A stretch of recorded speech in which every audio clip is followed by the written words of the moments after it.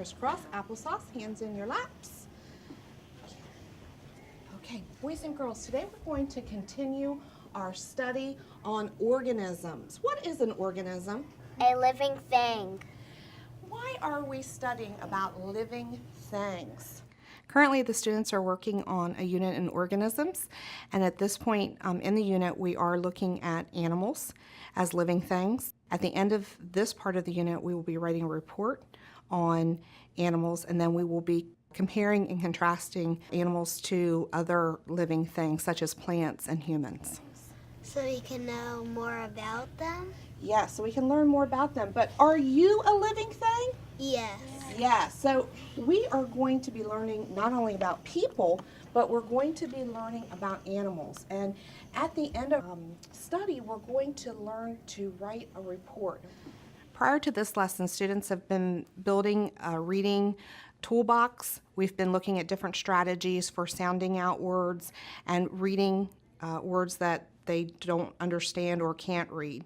So we're moving beyond just decoding words to more understanding the way words are used in sentences to make sure that we understand what the word means and how it's being used in the passage. Yesterday we read this story called Go Gator. And in this story, Go Gator, there were lots of words we were not sure about. Right, Rodney? Well, today we're going to be coming back to those words and we're going to be looking at them more closely.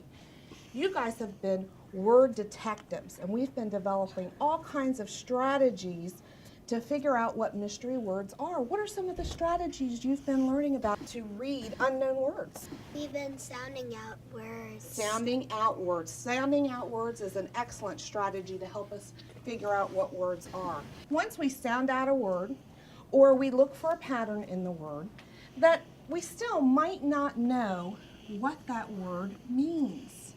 We might be able to read it, but we're not sure about what it means. Well, in the story Go Gator, we saw a lot of words, and the sentences were very long. And we had to look for some clues. What kind of clues did we look for when we were reading? We use picture clues. We use picture clues. Well, we're going to today look at a strategy for our toolbox. And this is our context clues mystery box. It's going to help us solve the mystery of unknown words and what they mean. When we're looking, we're going to look for, can anyone read this? What is it, everyone? Helping words. What are some helping words that might help us figure out the meaning of the word? The text that I selected was a grade level higher than I normally would have selected for my students. Many of my students are special education students, so being exposed to a higher level of vocabulary is very important. I probably, before Common Core, wouldn't have chosen such a high text complexity with the vocabulary, the Tier 3 vocabulary that the students were exposed to. I like this one. Everyone, what does this say? Examples. Today, we're going to look at each of the words in our book, some of our parking lot words. And as we look at those words, I want you to think about, what do these words mean? If someone asked me, what does this word mean? What would I say? Could I give them a definition of the word? Okay. We're going to do some together and some we're going to do with group work. So what I need you to do is I need you to quietly tiptoe back to your seats. So now we have one more tool that we can add to our reading toolbox, and that is context clues. Think about the words before and after the mystery word.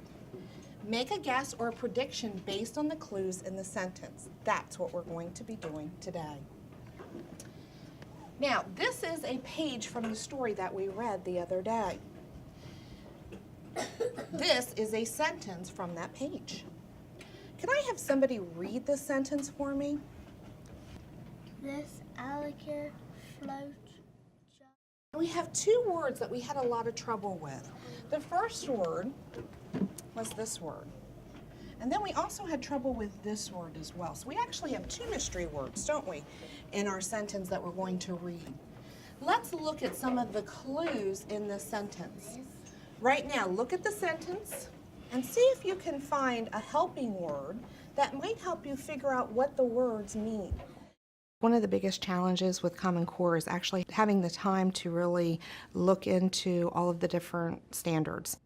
Seeing where those pieces are, that's been a real challenge for me when I'm planning, and trying to get the most bang for our buck so that we're spending our time wisely on what we're doing and that our instructional focus is where it needs to be. The skin acts like armor. It protects the alligator from the bites of venomous snakes.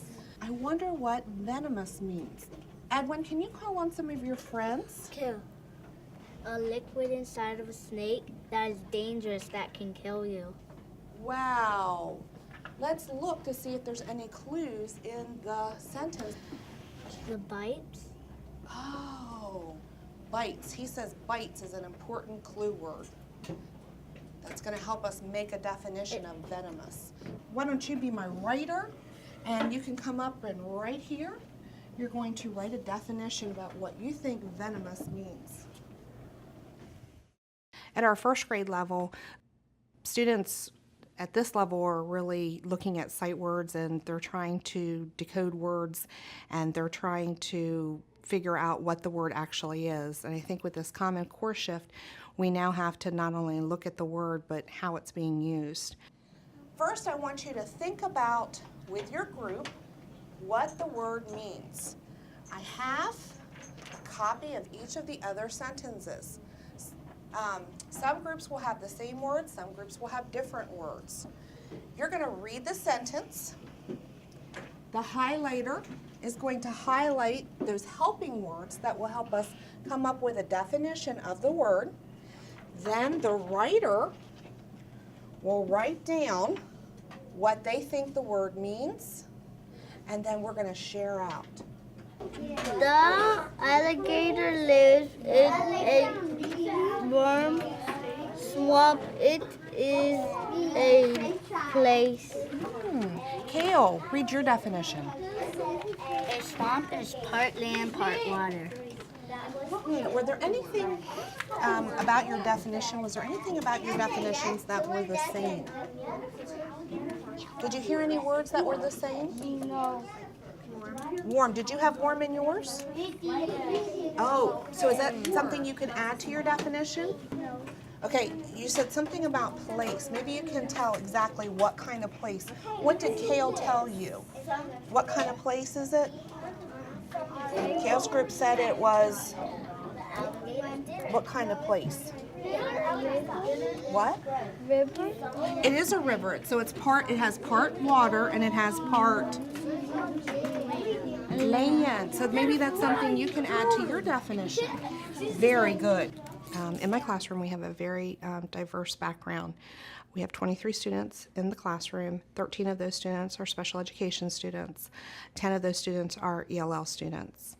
When I prepare a lesson, I have to make sure that all of my students have the background information that they need in order to understand the concept fully. Especially in science, a lot of the students have not been exposed to that higher level of vocabulary or had the experiences to really understand many of the activities that are going on. In reading, we have to really make sure that the students understand different facets of our language, especially when we say something, what does it mean? And you're going to read to us what you think carnivores mean. Russell, will you go first? Alligators eat raccoon. So you gave me an example of what you thought a carnivore is. Okay, Adam, tell us what you think a carnivore is. A meat eater. Oh, so if a carnivore is a meat eater, it's going to eat something like a raccoon because a raccoon is made out of meat. Okay, so you need to add a couple things to your definition, right? I saw some other helping words. I saw that in this sentence, alligators are carnivores or meat eaters. I saw the helping word Or is one of those little words that when we see it, we know that it means the same. It's just another way to say our mystery word. After this lesson, students will be looking at vocabulary words, and they're going to start to look at multiple meanings. So depending on how the word is used in the passage or the sentence, what does the word mean? So we have what the word really meant, that's going to be a job, drawing the picture, and then using it in a sentence. Does everybody understand what they're going to do?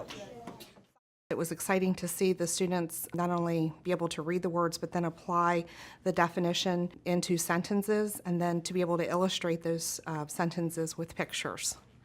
I think teachers really need to examine their own practice and look at what they're already doing and see how that those standards are reflecting in their own teaching practices. And it might be letting go of some of the things that they've always done and to look at where the focus really should be, looking at their instructional time to make sure that they're spending the most time doing what is going to be the largest part of the standards. For me in literacy, that was really looking at how was I going to integrate my literacy skills in another subject area.